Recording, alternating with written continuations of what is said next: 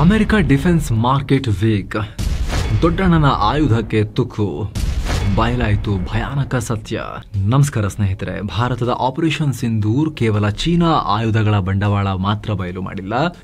ದೇಶಗಳ ಮಧ್ಯೆ ತಂದಿಟ್ಟು ಆಯುಧ ಕೊಟ್ಟು ಯುದ್ಧ ಮಾಡಿಸೋದನ್ನೇ ವ್ಯಾಪಾರ ಮಾಡಿಕೊಂಡಿರೋ, ಅದು ಕೂಡ ದುಬಾರಿ ಶಸ್ತ್ರಾಸ್ತ್ರಗಳನ್ನು ತಗೊಳ್ರಿ ಅಂತ ಮಾರೋ ಅಮೆರಿಕದ ವೀಕ್ನೆಸ್ ಅನ್ನ ಕೂಡ ಬಯಲು ಮಾಡಿದೆ. ಡಿಫೆನ್ಸ್ ಸೂಪರ್ ಪವರ್ನ ಕೋಲ್ಡ್ ವಾರ್ ಕಾಲದ ಅರೆಜೀವದ ಆಯುಧಗಳು ಮತ್ತು ಡಿಫೆನ್ಸ್ ಸಿಸ್ಟಮ್ಗಳು ಮತ್ತು ಡಿಫೆನ್ಸ್ ಮ್ಯಾನುಫ್ಯಾಕ್ಚರಿಂಗ್ ವ್ಯವಸ್ಥೆ ಅದರ ಸೊಕ್ಕನ್ನು ಮುರಿದಿದೆ. ದುಬಾರಿ ಬಟ್ ಅಷ್ಟೊಂದು ಎಫೆಕ್ಟಿವ್ ಅಲ್ಲ ಅನ್ನೋದು. ಭಾರತದ ಲೋ ಕಾಸ್ಟ್ ಆಯುಧಗಳ ಪರ್ಫಾರ್ಮೆನ್ಸ್ ನೋಡಿ ಅಮೆರಿಕದ ಲಾಕ್ಹೀಡ್ ಮಾರ್ಟಿನ್, ಬೋಯಿಂಗ್ನಂಥ ದೈತ್ಯ ಕಂಪನಿಗಳಿಗೇನೆ ಈಗ ನಿಧಾನಕ್ಕೆ ಆತ್ಮಾವಲೋಕನ ಮಾಡ್ಕೊಳ್ಳಿಕ್ಕೆ ಪ್ರೇರೇಪಣೆ ಸಿಗ್ತಾ ಇರುತ್ತೆ. ಇಮ್ಮಿಡಿಯೇಟಾಗಿ ನಾವೇನಾದರೂ ಬದಲಾವಣೆ ಮಾಡ್ಕೋಬೇಕಿಲ್ಲ ಅಂದರೆ ಕಷ್ಟ ಅಂತ ಅಮೆರಿಕಗೆ ಸ್ಪಷ್ಟ ಸಂದೇಶ ರವಾನೆಯಾಗಿರುತ್ತೆ. ಅಮೆರಿಕದಲ್ಲಂತೂ ಕಮ್ಮಿ ರೇಟಿಗೆ ಆಯುಧ ತಯಾರು ಮಾಡೋಕ್ಕಾಗಲ್ಲ, ಕಮ್ಮಿ ರೇಟಿಗೆ ಅಮೆರಿಕದವ್ರು ಕೆಲಸನೂ ಮಾಡೋದಿಲ್ಲ.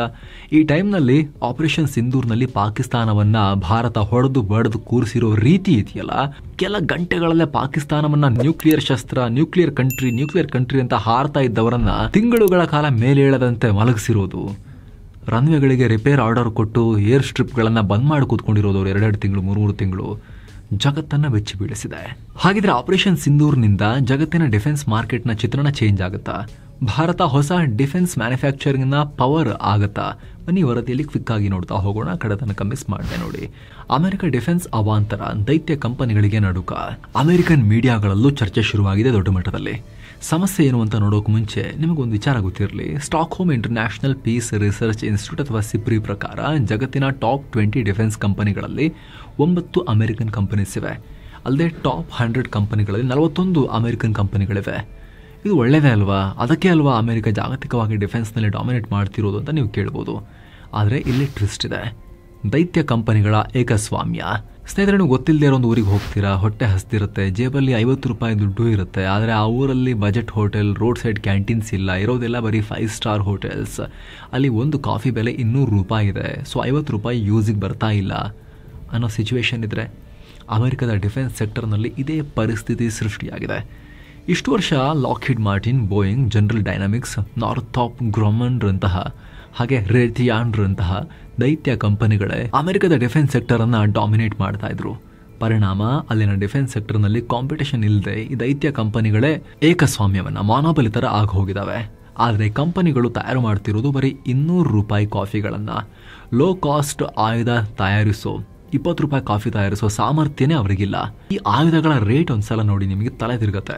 ಲಾಕ್ಹೀಡ್ ಮಾರ್ಟಿನ್ ಕಂಪನಿಯ GMLRS ಅಥವಾ ಗೈಡೆಡ್ ಮಲ್ಟಿಪಲ್ ಲಾಂಚ್ ರಾಕೆಟ್ ಸಿಸ್ಟಮ್ನಲ್ಲಿ ಒಂದು ಲಾಂಚ್ ಮಾಡಬೇಕು, ಒಂದು ಫೈರ್ ಮಾಡಬೇಕು ಅಂದರೆ $1.5 ಲಕ್ಷ ಖರ್ಚಾಗುತ್ತೆ, ಅಥವಾ ಸುಮಾರು $1.25 ಕೋಟಿ ಖರ್ಚಾಗುತ್ತೆ. ಆದರೆ ಅಷ್ಟೇ ಸಾಮರ್ಥ್ಯ ಇರೋ ಭಾರತದ ಪಿನಾಕ ರಾಕೆಟ್ ಸಿಸ್ಟಮ್ನಿಂದ ಒಂದು ರಾಕೆಟ್ ಫೈರ್ ಮಾಡೋಕೆ $48 ಲಕ್ಷ, $56,000 ಅಥವಾ $48 ಲಕ್ಷ ಖರ್ಚಾಗುತ್ತೆ. ಸೊ ಅಮೆರಿಕನ್ ಸಿಸ್ಟಮ್ ಕಂಪೇರ್ ಮಾಡಿದ್ರೆ ಭಾರತದ ಸಿಸ್ಟಮ್ನಲ್ಲಿ ಒಂದು ರಾಕೆಟ್ ಅನ್ನ ಫೈರ್ ಮಾಡೋಕೆ 2.5 ಪಟ್ಟಿಗಿಂತ ಕಮ್ಮಿ ಖರ್ಚಾಗುತ್ತೆ. ಅದು ಬಿಡ್ರಿ, ಅಮೆರಿಕನ್ನೇ, ಅವ್ರದ್ದು ಬೇರೆ ನಮ್ದು ಬೇರೆ, ಕ್ವಾಲಿಟಿ ಎಲ್ಲ ನೋಡ್ತಾರೆ. ಅದು ಒಂದು ಕಾಲ ಇತ್ತು. ಬೇರೆ ಕಡೆ ಕಮ್ಮಿಗೆ ಅವೈಲೇಬಲ್ ಇದ್ರೂ ಕೂಡ ಅಮೆರಿಕನ್ ಮೇಡ್ ಅಂದರೆ ಅದು ತುಂಬ ಅಡ್ವಾನ್ಸ್ ಇರ್ಬೋದು, ಎಫೆಕ್ಟಿವ್ ಇರ್ಬೋದು ಅಂತೆಲ್ಲ ಖರೀದಿ ಮಾಡ್ತಾ ಇದ್ರು. ಆದರೆ ಈಗ ಅಮೆರಿಕನ್ ಮತ್ತು ಚೈನೀಸ್ ಶಸ್ತ್ರಾಸ್ತ್ರಗಳ ಮುಂದೆ ಭಾರತದ ಈ ಶಸ್ತ್ರಾಸ್ತ್ರಗಳ ಪವರ್ ಆಪರೇಷನ್ ಸಿಂಧೂರ್ನಲ್ಲಿ ಸಾಬೀತಾಗಿ ಹೋಗಿದೆಯಲ್ಲ, ಹಾಗಾಗಿ ಸೀನ್ ಚೇಂಜ್ ಆಗ್ತಾ ಇದೆ. ಆಕಾಶ್ ತೀರ್ ಸಿಸ್ಟಮ್ ನೋಡಿ. ಭಾರತದ ಐರನ್ ಡೋಮ್ ಅಂತ ಕರೀತಾರೆ ಇದನ್ನ, ಆಕಾಶ್ ತೀರ್ ಸಿಸ್ಟಮ್. ಈ ಆಕಾಶ್ ತೀರ್ಗೆ ಮಿಸೈಲ್ ಸಿಸ್ಟಮ್ಗಳನ್ನ ಖರೀದಿ ಮಾಡಬೇಕಲ್ಲ, 455 ಯೂನಿಟ್ ಖರೀದಿಗೆ ಇಂಡಿಯನ್ ಆರ್ಮಿ $234 ಮಿಲಿಯನ್ ಅಥವಾ ₹1,982 ಕೋಟಿ ಆರ್ಡರ್ ಕೊಟ್ಟಿದೆ. ಆದರೆ ಅಷ್ಟೇ ಹಣಕ್ಕೆ ಅಮೆರಿಕದ ಪೇಟ್ರಿಯಟ್ ಸಿಸ್ಟಮ್ಗಳ 50 ಯೂನಿಟ್ಸ್ ಕೂಡ ಬರೋದಿಲ್ಲ. ಪೇಟ್ರಿಯಟ್ ಸಿಸ್ಟಮ್ ತಯಾರಾಗೋ ವೆಚ್ಚದ ಒಂದು ಸಣ್ಣ ಭಾಗದಲ್ಲೇ ಅಷ್ಟೇ ಪವರ್ಫುಲ್ ಆಗಿರೋ, ಎಫೆಕ್ಟಿವ್ ಆಗಿರೋ ಆಕಾಶ್ ತೀರ್ ಮಿಸೈಲ್ ಡಿಫೆನ್ಸ್ ಸಿಸ್ಟಮ್ಗೆ ಬೇಕಾದ ಮಿಸೈಲ್ ಲಾಂಚ್ ಮಾಡೋ ಸಿಸ್ಟಮ್ಸ್, ಆಕಾಶ್ ಕ್ಷಿಪಣಿಗಳು ನಮಗೆ ಲಭ್ಯ ಆಗ್ತವೆ. ಏನು ಸ್ನೇಹಿತರೆ, ವರದಿಯಲ್ಲಿ ಮುಂದುವರಿಯುವ ಮುನ್ನ ಸಿಂಗಪುರ್ ಮಲೇಷ್ಯಾಗೆ 7 ಸ್ಯಾಂಡ್ಸ್ ಟೂರಿಸಂ ಮತ್ತೊಂದು ಟ್ರಿಪ್ ಆಯೋಜಿಸಿದೆ. ಆಫರ್ ಪ್ರೈಸ್ $1,05,000 ಮಾತ್ರ. Singapore Malaysia 5 night 6 day trip ಇದು. ಈ ಪ್ಯಾಕೇಜ್ ನಲ್ಲಿ flight ticket, visa, 4 star hotel stay, Indian food, AC transportation ಮತ್ತು ಕನ್ನಡ ಟೂರ್ ಮ್ಯಾನೇಜರ್ ಸೌಲಭ್ಯ ಇರುತ್ತೆ. ಎಲ್ಲೆಲ್ಲಿ ಹೋಗೋದಿರುತ್ತೆ ಅಂತ ನೋಡಿದ್ರೆ Universal Studios, Night Safari, Gardens by the Bay, Cloud Forest, Sentosa Island cable car, Singapore city tour, Kuala city tour, Genting Highland with Batu Caves, Petronas Twin Tower ಎಲ್ಲ ಹೋಗೋದಿರುತ್ತೆ. ಹೊರಡೋ ದಿನ 19 ಜೂನ್ 2025. ಕೆಲವೇ ಸೀಟುಗಳು ಲಭ್ಯ. ಆಸಕ್ತರು ಈ ನಂಬರ್ಗೆ ಕಾಲ್ ಮಾಡಿ ನಿಮ್ಮ ಸೀಟನ್ನ ಈಗಲೇ ಬುಕ್ ಮಾಡಬಹುದು. ಬನ್ನಿ ಈಗ ವರದಿಯಲ್ಲಿ ಮುಂದುವರಿಯೋಣ. ಇನ್ನೊಂದು ಇಂಟ್ರೆಸ್ಟಿಂಗ್ ಎಕ್ಸಾಂಪಲ್ ನಿಮಗೆ ಗೊತ್ತಿರಬಹುದು. ಭಾರತ ಅಮೆರಿಕದ MQ-9B ಪ್ರಿಡೆಟರ್ ಡ್ರೋನ್ ಖರೀದಿಗೆ $3.5 ಬಿಲಿಯನ್ ಮೌಲ್ಯದ ಒಪ್ಪಂದವನ್ನು ಫೈನಲೈಸ್ ಮಾಡಿದೆ. MQ-9 ಒಂದು ಯೂನಿಟ್ಗೆ $30 ಮಿಲಿಯನ್ ಅಥವಾ 255 ಕೋಟಿ ರೂಪಾಯಿ ಖರ್ಚಾಗುತ್ತೆ ಒಂದು ಪೀಸ್ಗೆ. ಆದರೆ ಪೇಲೋಡ್ ಕೆಪಾಸಿಟಿ ಕಮ್ಮಿ ಇದ್ರೂ ಯುದ್ಧ ಭೂಮಿಯಲ್ಲಿ ಅಷ್ಟೇ ಎಫೆಕ್ಟಿವ್ ಆಗಿರೋ ಇರಾನ್ನ ಶಹೀದ್ 136 ಡ್ರೋನ್ನ ಬೆಲೆ ಬರೀ $20,000 ಅಥವಾ 17 ಲಕ್ಷ ರೂಪಾಯಿ. 17 ಲಕ್ಷ ರೂಪಾಯಿಯಲ್ಲಿ 255 ಕೋಟಿಯಲ್ಲಿ ಇರಾನ್ ಡ್ರೋನ್ಗಳನ್ನು ಖುದ್ದು ಟ್ರಂಪೇ 2-3 ದಿನದಿಂದ ಹಾಡಿ ಹೋಗಿದ್ದಾರೆ. ಇರಾನ್ ಮೇಲೆ ನಿರ್ಬಂಧಗಳಿಲ್ಲದೆ ಇದ್ರೆ ಇದುವರೆಗೆ ಜಗತ್ತಿನ ತುಂಬ ಇರಾನ್ ಡ್ರೋನ್ಗಳಿರ್ತಾ ಇದ್ವು. ಆದರೆ ಈ ರೀತಿಯ ಲೋ ಕಾಸ್ಟ್ ಆಯುಧ ತಯಾರಿಸುವ ಕೆಪಾಸಿಟಿ, ಕಾಸ್ಟ್ ಕಟಿಂಗ್ ಕೆಪಾಸಿಟಿ ಅಮೆರಿಕಾಗಿಲ್ಲ. ಪರಿಣಾಮ ಜಾಗತಿಕ ಡಿಫೆನ್ಸ್ ಸೆಕ್ಟರ್ನಲ್ಲಿ ಆಗ್ತಿರೋ ಬದಲಾವಣೆಗೆ ಬೇಗ ಹೊಂದಿಕೊಳ್ಳೋಕಾಗ್ತಾ ಇಲ್ಲ. ಕಾಸ್ಟ್ಲಿ ಸ್ಟಾರ್ಟ್ಅಪ್ಗಳ ದೇಶ ಅಮೆರಿಕದಲ್ಲಿ ಕಾಂಪಿಟೇಷನ್ ಇಲ್ಲದೆ ಇರೋದ್ರಿಂದ ಭಾರತದಂತೆ ಬೂಮಿಂಗ್ ಸ್ಟಾರ್ಟ್ಅಪ್ ಎಕೋಸಿಸ್ಟಮ್ ಇಲ್ಲ. ಜೊತೆಗೆ ಅಲ್ಲಲ್ಲಿ ಹುಟ್ಟೋ ಸಣ್ಣ ಪುಟ್ಟ ಸ್ಟಾರ್ಟ್ಅಪ್ಗಳನ್ನ ದೊಡ್ಡ ಕಂಪನಿಗಳು ಅಕ್ವೈರ್ ಮಾಡ್ಕೊಳ್ತಿವೆ. ಇರೋ ಡಿಫೆನ್ಸ್ ಕಂಪನಿಗಳು ಮರ್ಜ್ ಆಗ್ತಿವೆ. ಪರಿಣಾಮ ಅಮೆರಿಕದ ಡಿಫೆನ್ಸ್ ಬಜೆಟ್ ಹತ್ತತ್ರ $1 ಟ್ರಿಲಿಯನ್ ಬಂದಿದ್ರೂ ಕೂಡ ಸರ್ಕಾರದಿಂದ ಕಾಂಟ್ರಾಕ್ಟ್ ತಗೊಂಡು ಆಯುಧ ತಯಾರಿಸೋ ಕಂಪನಿಗಳು ಕಮ್ಮಿ ಇದಾವೆ. ಖುದ್ದು ಅಮೆರಿಕದ ಸ್ಟೇಟ್ ಡಿಪಾರ್ಟ್ಮೆಂಟ್ನ ಸ್ಟಡಿ ಪ್ರಕಾರ ದೇಶದ ಪ್ರಮುಖ ಡಿಫೆನ್ಸ್ ಕಾಂಟ್ರಾಕ್ಟರ್ಗಳ ಸಂಖ್ಯೆ ಎಷ್ಟಿದೆ ಗೊತ್ತಾ? ಕೇವಲ 10 ಇದೆ. ಭಾರತದಲ್ಲಿ ಮೇಜರ್ ಸರ್ಕಾರಿ ಡಿಫೆನ್ಸ್ ಕಂಪನಿಗಳೇ 7 ಇವೆ.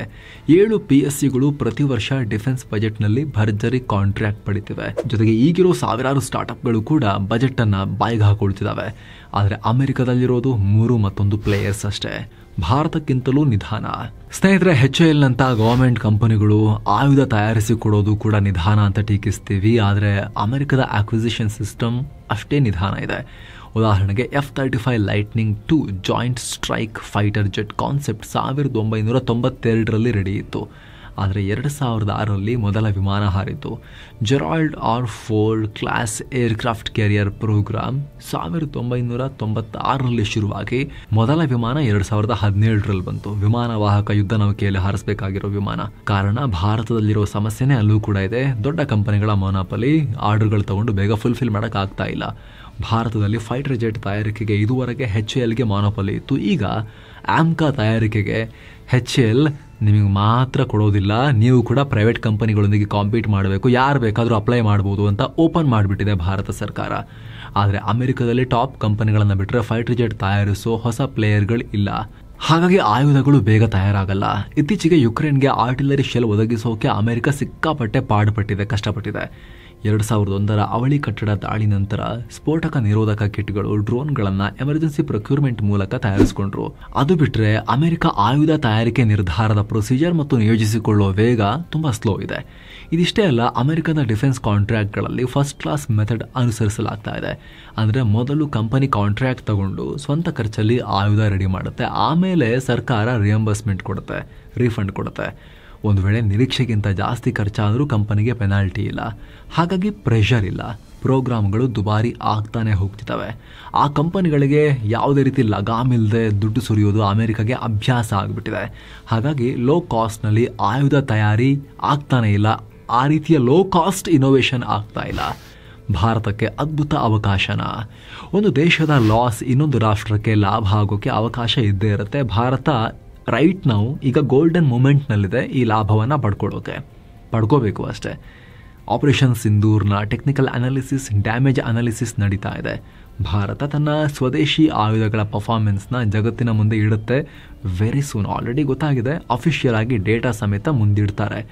ಆಗ ಭಾರತದ ಡಿಫೆನ್ಸ್ ಮಾರ್ಕೆಟ್ ಬೂಮ್ ಆಗೋ ಸಾಧ್ಯತೆ ಇನ್ನೂ ಜಾಸ್ತಿ ಆಗುತ್ತೆ. ಹಾಗೇನಾದರೂ ಆದರೆ ಜಾಗತಿಕ ಡಿಫೆನ್ಸ್ ಮಾರ್ಕೆಟ್ನಲ್ಲಿ ಭಾರತ ಒಂದಷ್ಟು ಶೇರನ್ನು ಪಡ್ಕೊಳ್ಳೋಕೆ ಅವಕಾಶ ಸಿಗುತ್ತೆ. PM ಕೂಡ ಆಪರೇಷನ್ ಸಿಂಧೂರ್ ಬಳಿಕದ ಮೊದಲ ತಮ್ಮ ಪಬ್ಲಿಕ್ ಸ್ಪೀಚ್ನಲ್ಲಿ ಇದೇ ವಿಚಾರವನ್ನು ಹೇಳಿದರು. ಮೇಡ್ ಇನ್ ಇಂಡಿಯಾ ಡಿಫೆನ್ಸ್ ಪ್ರಾಡಕ್ಟ್ಗಳ ಕಾಲ ಜಗತ್ತಿನ ಸ್ಟೇಜ್ನಲ್ಲಿ ಆ ಟೈಮ್ ಬಂದಾಗಿದೆ ಅಂತ ಹೇಳಿದರು. ಸೊ ಇದೊಂದು ಅವಕಾಶ. ಆಗ ಅಮೆರಿಕ ತನ್ನ ಡಿಫೆನ್ಸ್ ಮಾರ್ಕೆಟ್ನೇ ರೀಸ್ಟ್ರಕ್ಚರ್ ಮಾಡಬೇಕಾಗಿ ಬರುತ್ತೆ. ಬೆಳೆದು ನಿಂತಿರೋ ಮಾರ್ಕೆಟ್ನಲ್ಲೇ ಬದಲಾವಣೆ ಮಾಡಬೇಕಾಗತ್ತೆ.